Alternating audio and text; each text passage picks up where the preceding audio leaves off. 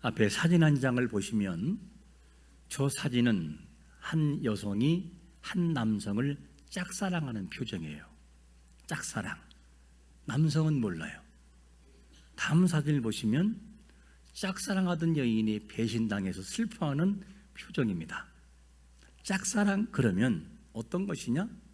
상대의 의사와 관계없이 스스로만 좋아하는 것을 짝사랑이라고 그래요. 그 사랑은 이루어지기가 많이 힘들죠. 왜? 한쪽 편만 사랑하니까. 우린 여기서 이렇게 질문해 볼 수 있어요. 하나님과 우리와의 관계, 하나님과 우리와의 사랑은 어떤 사랑일까? 하는 질문입니다. 그냥 내가 구원받기 위해서 조건부로 하나님을 사랑하다가 아니면 말고, 믿음이 좋을 때는 뭔가 이루어지는 것 같은데 믿음이 약해지고 연약해질 때는 자연스럽게 취소가 되는 그런 믿음과 그런 구원일까? 하나님과 우리와의 관계가 과연 그런 정도의 관계일까? 여러분, 우리의 구원이 가봐야 하는 구원이라면 내 의지를 통해 결정하고 내 의지를 통해 모든 것을 만드는 그런 구원이 아니라고 한다면 우리는 불행한 신앙생활을 하고 있는 거예요. 왜냐? 가봐야 알기 때문에. 어떻게 변할지는 모르잖아요. 가봐야 알기 때문에. 앞에 사진을 보시면 그냥 저 손처럼 한쪽 손이 놔버리면 구원이 취소가 돼버리고, 내가 손 놔버리면 하나님도 같이 놔버리는 그런 구원관을 우리가 가지고 있는가 하는 질문을 던져볼 수 있어야만 돼요. 과연 이것이 우리가 가지고 있는 구원관인가? 우리의 구원은 싸구려 구원이 아니라, 값싼 구원이 아니라 예수 그리스도의 피의 언약을 통하여 지불한 정말 가치 있고 존귀한 구원인 것을 믿으시기를 축원합니다. 그런 구원이 우리에게 있는 거예요. 사람의 관계는 이해 타산에 따라서 손을 잡을 수도 있고 놓을 수 있어요. 그게 사람의 모습이에요. 그러나 하나님과 우리와의 관계는 그런 관계가 아니라고요. 내가 비록 신뢰가 부족해서 손을 놓는다 하여도 누가 손을 놓지 않느냐? 나를 부르시고 구원하시기로 작정하신 하나님이 내 손을 놓지 않는 것을 확신하시기를 축원합니다. 그런 정도의 구원의 확신을 가지고 나가야 되지 않겠어요? 가봐야 하는 신앙이라고 한다면 얼마나 이게 불행하냐고요. 아니, 가봐야 한다면서요. 가봐야 알면 구원받을지 안 받을지도 모르는 거예요. 우리의 마음이 얼마나 수백 번 수천 번 더 변하는데요. 어떨 때는 좋았다가 확 뒤집혀서 어떨 때는 땅속으로 들어가잖아, 우리 믿음이. 그렇기 때문에 그런 정도의 구원관을 가지고 살아가는 신앙생활이 참 불행한 거예요. 내가 손을 놓을지 몰라도, 내가 부족하여 손을 놓칠지는 몰라도 하나님이 내 손을 잡고 계신 것을 믿으시기를 축원합니다. 그게 하나님의 은혜이죠. 왜 이런 원리가 성립될까? 오늘 본문에 이를 이해하게 만드는 본문이 나와요. 오늘 본문의 큰 배경은 어떤 것이냐면, 하나님이 이스라엘을 심판하시기 위해서 소명자를 불러요. 그게 누구냐? 에레미야입니다. 에레미야를 불러서 하나님의 마음을 이야기하고 유다에게 멸망이 있을 거라고 하는 것을 경고하고 회개하라. 그런데 이 이스라엘은 회개하잖아요. 끝까지 가버려요. 결국에는 바벨론의 포로가 되고 멸망하는 그 과정이 본문에 등장합니다. 그래서 에레미야는 멸망 이전부터 시작하여 멸망에 이르기까지 사역했던 선지자가 에레미야예요. 이스라엘 백성들에게 그렇게 얘기했어요. 회개하라. 하나님의 심판이 있을 것이다. 그런데도 돌이키지 않아요. 나라가 멸망한 이후에도 하나님의 뜻은 바벨론 70년이라는 세월 동안에 연단하시고 다시 돌아오게 할 것이니 그때까지는 참고 인내하며 하나님을 의지해라, 회개하라. 그래도 믿지 않아요. 도리어 에레멜랑의 손가락질을 막 하고 있어요.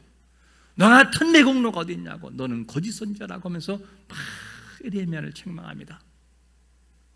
에레미야의 마음속에 눈물이 흘러요. 그래서 너무나 많이 눈물이 많기 때문에 에레미야를 일컬어 눈물의 선지자 이렇게 부르는 것이죠. 오늘 우리가 이스라엘을 향한 메시지를 주시기 위해서 에레미야를 부르는데, 에레미야를 부르는 과정을 통하여 하나님과 우리와의 관계, 어떻게 우리의 구원이 성립되는가, 이 부분을 찾을 수가 있습니다. 자, 그러면 먼저 우리의 구원을 정돈하기 위해서, 바른 신앙과 구원을 정돈하기 위해서 살펴야 할 것이, 첫 번째는 뭘 살피냐면 우리와 하나님과 우리와의 관계를 먼저 봐야 돼요. 어떤 관계일까? 우리 한번 4절과 5절을 같이 한번 읽어보겠습니다. 시작. 여호와의 말씀이 내게 임하니라. 이르시되 내가 너를 모태에 짓기 전에 너를 알았고 내가 배에서 나오기 전에 너를 성별하였고 너를 여러 나라의 선자로 세웠노라 하시기로. 하나님이 에레미야 선지자를 부를 때에 어떻게 불렀고 뭐라고 말씀했는지를 에레미야가 우리에게 전달해 주고 있어요. 이 말은 다른 말로 나를 부르실 때 이랬어요, 이 얘기예요. 뭐라고 했냐면 하나님이 에레미야에게 말씀하시기를 내가 너를 모태에서 짓기 전부터 알았다는 거예요. 그리고 배에서 나오기 전부터 너를 성별 구별했다는 거예요. 거룩한 사람으로. 그리고 너를 세웠다, 이 얘기를 하는데, 이를 하나님께서 예정론적인 관점에서 에레미야에게 말씀하는 것을 봐요. 에레미야를 부르심은 선택과 예정의 원리를 통해 불렀다는 거예요. 모태에서 짓기 전과 배에서 나오기 전에 태에서 말씀하시면서 내가 너를 그때부터 알았다고 하는데, 실상은 이 말씀 무슨 말씀이냐? 영원 전에 이루어진 하나님의 계획의 결정을 에레미야에게 얘기하는 거예요. 영원 전부터 우리의 구원 계획은 우리의 행동을 보고 우리의 선행을 보고 결정하는 것이 아니라 이미 하나님의 계획 속에서 예정에 놓으셨고 구원하시기로 작정하셨으며 곁길로 가는 순간이 있을 때마다 그들을 때려서라도 돌아오게 만드시는 하나님의 구원 계획이 우리에게 적용되고 있음을 믿으시기를 축원합니다. 그래서 우리는 곁길로 갔다가도 돌아오게 되는 거예요. 곁길로 가고 싶다는 마음이 있다가도 마음에 하나님이 가책을 받기 위해서 그러면 안 되지 라는 생각을 들게 하는 거죠. 이게 하나님의 구원 계획이에요. 놀랍지 않습니까? 하나님과 우리와의 관계는 어떤 관계일까? 내가 예수님 믿다가 마음에 안 맞으면 훌쩍 떠나면 끝! 알아서 지옥! 생명책에서 지워버릴게. 이게 하나님과 우리의 관계일까? 그런 관계가 아니에요. 다윗이 승전을 하고 돌아왔을 때에 고백하는 고백이 나와요. 시편 139편 16절에서 뭐라 고백하느냐면 내 형질이 이루어지기 전에 주의 눈이 보셨으며 나를 위하여 정한 날이 하루도 되기 전에 주의 책에 다 기록이 되었나이다. 자, 이 말씀을 보면 다윗을 승리로 이끄신 하나님이 다윗을 언제 보셨다고 하냐면 형질이 이루어지기 전에. 형질 무슨 말이죠? 다른 말로 말하면 자궁 안에서 형체를 갖추지 못한 덩어리일 때, 사람도 아닐 때, 그리고 사람의 모양을 갖추지 못했던 핏덩어리의 시작부터 하나님은 그전부터 하셨다는 거예요. 그러니까 이 말씀을 보면 형체를 이룬 이후에 우리의 모습을 어느 정도 잘 아실까? 우리가 있기 전부터, 형체가 이루어지기 전부터, 그리고 형체가 이루어진 우리의 모습을 봤을 때의 모습은 어떠할까 하는 거예요. 우리가 하나님의 구원 계획을 어설프게 알아서는 안 돼요. 하나님의 정확한 계획이 우리에게 있다니까요.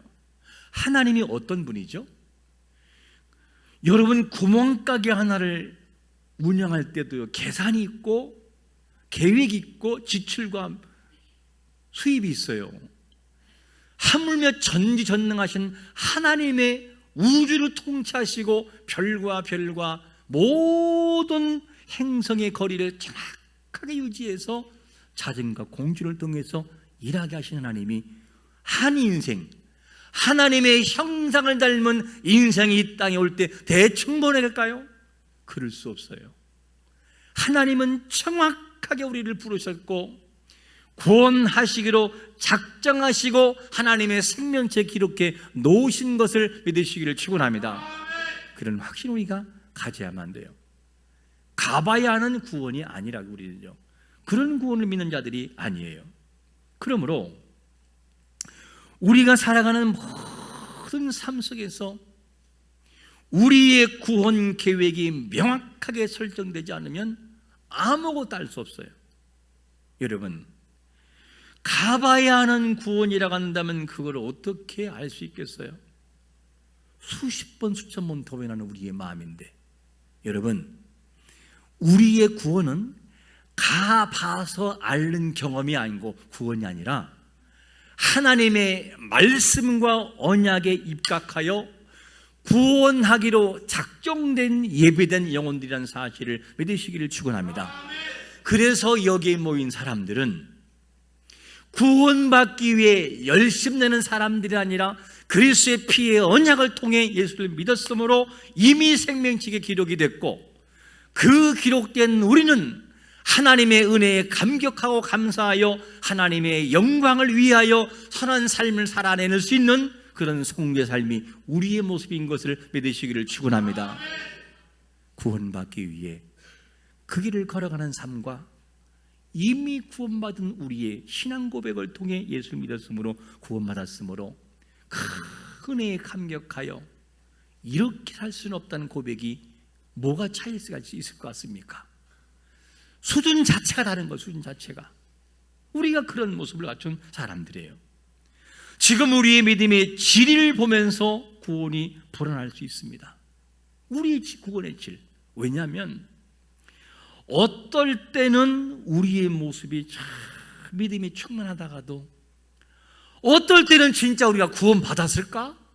이 정도 가지고 구원받을 수 있나라고 하는 스스로에게 질문할 수 있을 때가 있을 거예요. 그리고 지금의 우리의 모습을 바라보면서 참 실망도 가고, 야, 내가 진짜 이거밖에 안 되나? 내가 진짜 이거밖에 안 되나? 이런 생각이 들 수 있을 거예요. 그러나 여러분, 중요한 것이 뭐냐면 하나님은 그런 것을 미리 아셨다는 것, 형제를 안다는 것이 그러한 성향과 그러한 실수와 그런 나약함과 그런 연약함이 있는 것을 하나님이 아셨다는 거. 이미 그런데도 구원의 반열이 위에 세워놓으셔서 믿게 하신 것은 하나님이 극진하신 사랑인 것을 믿으시기를 축원합니다. 그분의 사랑은 대단해요. 우리의 생각과 분명히 달라요. 하나님은 이미 우리의 신앙 고백을 통해서 자녀로 등록을 마치신 것을 믿으시기를 축원합니다. 우리는 자녀들이에요. 하나님의 자녀. 그래서 아버지라고 부르는 거예요. 아버지, 주여, 아버지라고 부르는 거예요. 그래도 전혀 이상하지 않아. 왜? 나의 아버지니까. 하나님 우리의 전체를 꿰뚫어 보십니다. 우리의 약함도 하시고 우리의 장점도 꿰뚫어 보신 분이 그 누구냐? 하나님이셔요. 우리의 약함이 따여 낙심할 필요가 없는 것은 하나님의 구원은 우리의 부족까지 포함하고 있다는 거예요. 하나님의 구원이 장점만 골라서 구원한 게 아니고 우리의 부족 전체를 다 포함하여 나를 구원의 길로 인도하신 분이 하나님이라는 거죠. 이거를 볼 수 있어야 돼요. 장점만 보고 구원한 것이 아니라 나의 약함을 보시고도 하나님이 구원 계획에 나를 포함시켰다는 거, 이것을 볼 때 기적이에요.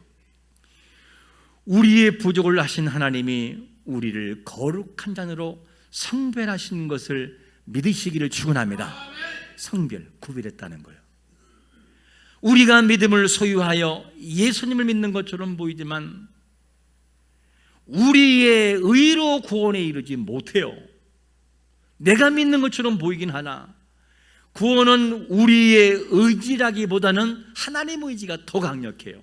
더 먼저이고, 우리의 의지로 구원이 성립될 수 없는 증거가 어디 있느냐? 우리 인생들의 죄성, 인간의 본질이 어떤지를 성경은 말하기 때문에요. 성경은 뭐라고 말씀하냐면 인간의 본성을 마태복음 7장 21절과 22절에서 이렇게 말합니다. 속에서 곧 사람의 마음에서 나오는 것은 악한 생각 곧 음란과 도둑질과 살인과 가늠과 탐욕과 악독과 속임과 음탕과 질투와 비방과 교만과 우매함이라는 거예요. 구원받은 성도에게도 저런 인간의 본성이 나온다, 그 얘기예요. 인간의 본성이. 그렇기 때문에 매일 삶의 자기를 처복종시키지 않으면 하나님의 뜻을 행할 수 없는 것이 인간의 본성이에요.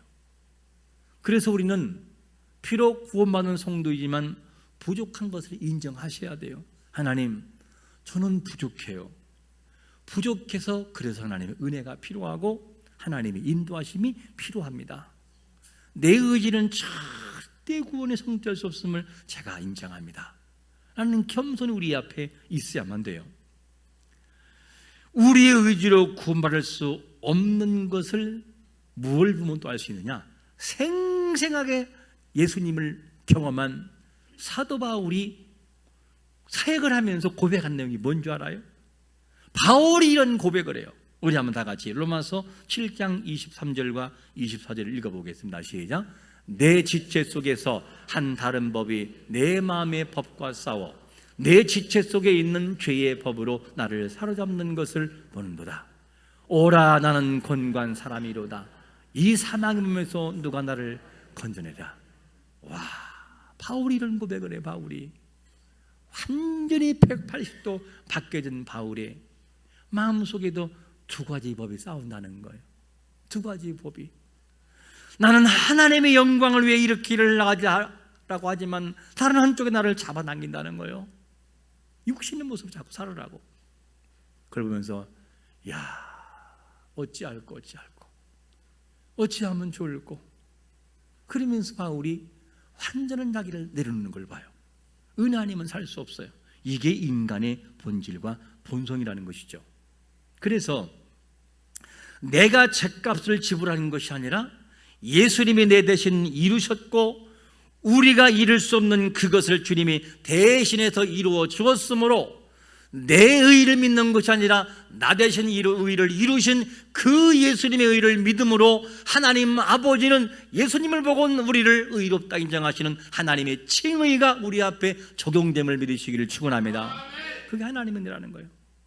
나는 분명히 부족한 게 맞는데 하나님이 나를 보고 원하는 것이 아니라 내가 믿는 예수님을 보고 나를 본다는 거예요. 그러니까 구원이 성립되는 것이죠. 이 놀라운 원리가 우리에게 있는 것을 보게 됩니다. 하나님은 우리가 사람의 모양을 갖추기도 전에 구원될 사람임을 주님이 아셨다는 거예요. 아셨다. 태어나기 전에 하나님의 자녀로 구별하셨고 하나님의 일을 하도록 필요한 곳에 세우기로 이미 하나님의 계획 속에 설정해 놓았다는 것이죠. 이거를 믿는 자들이 누구냐? 칼빈주의자들. 하나님의 전적인 은혜를 기억하면서 나아가는 것. 그렇기 때문에 더 감사하고 더 노력하는 거예요. 구원받은 성도이기 때문에 대충 사는 삶이 아니라 우리의 신분과 그리스도인이라는 브랜드가 있잖아요. 우리는요, 대충 살아가 되는 사람들이 아니라고요. 여러분, 시장에 떠도는 그런 제품이 아니에요. 우리는요, 정말 소중한 사람들이에요. 그래서 배 안에 있는 태아가 스스로가 볼 때는 내가 숨 쉬는 거예요. 보세요, 내가 숨 쉬고 있잖아요. 할지 몰라, 뱃속에 있는 태아가. 근데 진짜 그 스스로 숨을 쉬나요? 배 안에 있는 그 태아가 나는 엄마 없이 살 수 있어요. 난 스스로 숨 쉬고 보세요 할 수 있어요 라고. 그러냐? 나 숨 안 쉴게 하고 엄마가 숨을 안 쉬면 누구 숨 못 쉬어요? 태아 속에 있는 뱃속의 나이도 생명이 끊어지는 거예요. 태아의 생명은 누구한테 있느냐? 엄마에게 있는 거예요. 어미에게. 엄마가 살아있을 때 우리의 구원이 내 의지로 되는 것처럼 보이지만 전능하신 하나님이 붙들지 않으면 우리의 구원은 성립될 수 없다는 것이죠. 이거를 반드시 잊지 말아야 돼요. 여러분, 우리의 생명을 잡고 계신 분이 하나님이신 것을 믿으시기를 축원합니다. 그래서 부족함에도 부름을 받은 에레미야가 자신을 부르시고 성별하시고 세우는 걸 바라보고 에레미야가 너무 놀라요. 너무 놀라서 어떤 고백을 하느냐? 6절에 보니까 이런 고백을 합니다. 6절 보니까 내가 이르되 슬프도소이다. 주 여호와여 보소서 나는 아이라 말할 줄을 알지 못하나이다. 아니 어떻게 나 같은 사람 하나님 부르셨어요? 저는 말도 못하는데요. 저는 아이인데요. 이 당시 에레미야의 나이가 18세에서 20세로 봐요. 13세로 본 사람이 있지만 18세, 20세. 아이는 아니죠. 완전하신 하나님 앞에 부름받은 에레미야가 자신을 바라볼 때는 정말 부족해서 할 말이 없었어요. 부족한 자녀를 자녀 삼으신 하나님을 찬양하시기를 축원합니다. 찬양할 수밖에 없어요. 아무리 생각을 해도 우리는 부족한 사람입니다. 여전히 부족하고 실수하는 그런 사람들이에요. 본문에 나오는 이 에레미야도 그거를 알았어요. 자기가 얼마나 부족한 사람인지. 이런 에레미야를 향해 하나님 나 아이인데요, 나 못하는데요 라는 것을 말했을 때 하나님이 듣고 에레미야에게 주시는 말씀이 뭔지 알아요? 두 번째 이렇게 말합니다. 내가 누구에게 보내든 너는 가라. 7절에 보니 이렇게 말씀합니다. 여호와께서 내게 이르시되 너는 아이라 말하지 말고 내가 너를 누구에게 보내든지 너는 가며 내가 내게 무엇을 명령하든지 너는 말할지니라. 에레미야는 하나님 나 아이라 안 되는데요. 에레미야야 너는 아이라고 말하지 말아라. 그리고 너는 내가 보내는 자에게 가고 내가 명령하는 그대로 전달해라. 내가 너희의 입에 내 말을 두겠다는 거예요. 하나님이. 그래서 가라는 거죠. 이야, 얼마나 통쾌하고 멋있어요. 하나님이 자기를 태에서 나오기 전에 아셨다는 거예요. 그래서 에레미야는 믿고 갈 수 있는 거예요. 그리고 성별했다, 구별했다는 거. 그리고 선자로 하나님이 세워놓았다는 거죠. 그것을 말씀하지만 부족한 에레미야는 하나님 슬프도소이다 이렇게 표현되는 거죠. 왜? 너무 자기를 부족을 알 수 있기 때문에. 하나님도 에레미야 생각과 같았을까? 그렇잖아요. 에레미야의 모든 것을 깨뜨려 보신 하나님이 부족을 아시면서 에레미야를 그 자리에 세워놓는 거예요. 여러분, 하나님이 우리를 이곳에 부르신 거 중요한 자리에 세워놓으신 것은 하나님이 우리의 부족을 아시면서도 믿어 세워놓으신 것을 믿으시기를 축원합니다. 그래서 맡기신 사명을 감당할 때 감사함으로 감당해야 돼요. 나 못하는데요, 안 되는데 이렇게 하지 말아요. 하나님 맡겨주시면 열심히 해보겠습니다. 왜? 믿어주심으로 맡긴 것이니까. 이게 중요한 거죠. 그러므로 믿음의 공동체로 부름받은 것은 하나님의 전적인 구원 계획이 성립된 것이죠. 우리의 구원의 자리에 우리를 구원의 자리로 부르신 이가 사람이 아니라 우리 의지가 아니라 하나님이라는 사실을 인정해야 돼요. 그래서 비록 주님을 놓는 일이 있다 할지라도 주님은 우리의 손을 놓지 않는 거예요. 놓지 않아요. 내 힘과 내 선함과 내 공로로 천국 가는 것이 아니라 우리를 이끄시고 잡고 계신 하나님의 은혜로 말미암아 거기에 길에 들어갈 수 있음을 믿으시기를 축원합니다. 그걸로 가능해요. 우리는 그분의 의를 믿고 자신의 부족을 인정할 수밖에 없어요. 그리고 그분을 의지하여 그 길을 걸어가는 것, 이게 믿음이라는 것이죠. 참으로 신기하지 않습니까? 부족을 아시면서도 굳이 구원의 자리로 이끄시는 하나님의 은혜는 뭐냐? 아까 말한 것처럼 구멍가게도요, 자기 자신에게 이윤이 안 나면 안 판다니까요. 구멍가게도 안 팔아요. 아무리 손님이 흥정을 해도 손해보고는 안 판다니까요. 그러니까 무슨 말이 있어요? 뭐가 없는 장사? 애누리 없는 장사가 어디 있냐는 말이 나왔잖아요. 손해보고는 안 판다니까요. 손해보고는. 여러분, 어떤 계산법이 적용되길래 그렇게 흠이 많고 부족한 우리를 구원 계획 속에 집어넣고 구원하실 작정하시고 하나님이 그를 이끌어 가실까? 이거는 사랑의 계산법이 아니면 이해할 수 없는 계산법이에요. 사랑의 계산법. 이유가 뭐예요? 그러면 그냥 내가 너를 좋아서. 왜 좋은데요? 그냥 사랑해서. 왜 사랑하는데요? 그냥 좋아서. 그거밖에는 다른 방법이 없어요. 하나님이 좋다는데 누가 말릴 수 있겠냐는 얘기죠. 우리는 우연히 이곳에 온 사람들도 아니고 우연히 발걸음을 옮긴 사람도 아니에요. 오늘 이 말씀을 꼭 들어야 할 여러분들이 있기 때문에 이 자리에 부르신 거예요. 너는 지금까지 나를 어떻게 믿어왔느냐? 가봐야 하는 구원으로 믿었느냐? 내가 너를 태에서 나오기 전부터 작정했고 구원했고 너를 선별했음을 너는 아느냐? 내가 너를 구원했음을 믿고 그 길을 걸어가라. 흔들리지 마라. 너의 중심 속에 구원의 확고한 마음 필요하다. 흔들리지 말고 나에게 돌아와라 하는 하나님의 음성을 듣는 자가 되시기를 축원합니다. 들을 수 있어야 돼요.